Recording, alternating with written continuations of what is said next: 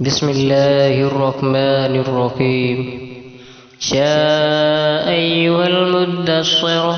قم فأنذر وربك فكبر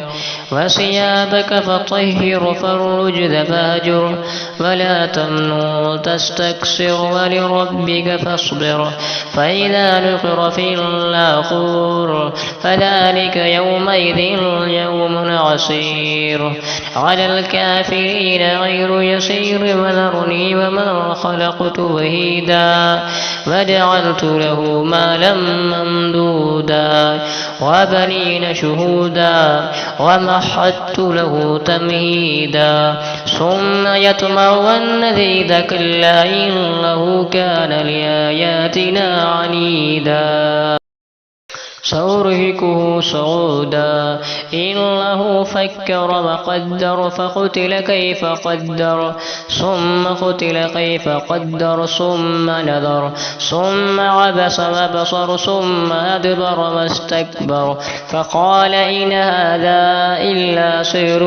يؤثر إن هذا إلا قول البشر سأصله سقر وما أدراك ما سقر لا تبقي ولا تذر لواهة للبشر عليها 19 وما جعلنا أصحاب النار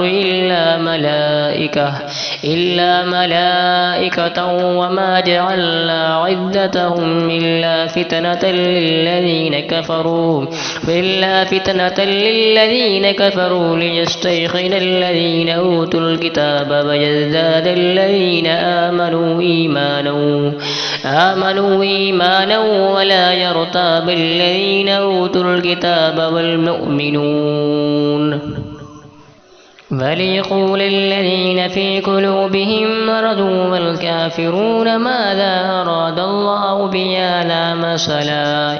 كذلك يضل الله من يشاء ويهدي من يشاء وما يعلم جنود ربك إلا هو وما هي إلا ذكرى للبشر كلا والقمر والليل إذا أدبر والصبح إذا أسفر إنها لإحدى الكبر نذيرا للبشر لمن شاء منكم من يتقدم أو يتأخر كل نفس بما كسبت رهينة إلا أصحاب اليمين في جنات يتساءلون عن المجرمين ما سلككم في سقر قالوا لم نكن من المصلين ولم نكن نطعم المسكين وكنا نخوض مع الخائضين وكنا نكذب بيوم الدين حتى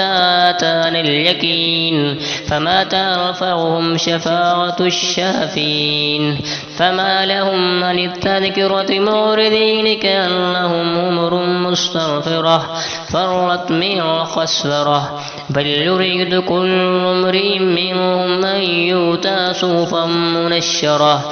كلا بل لا يخافون الآخرة كلا إنه تذكرة فمن شاء ذكره وما يذكرون إلا أن يشاء الله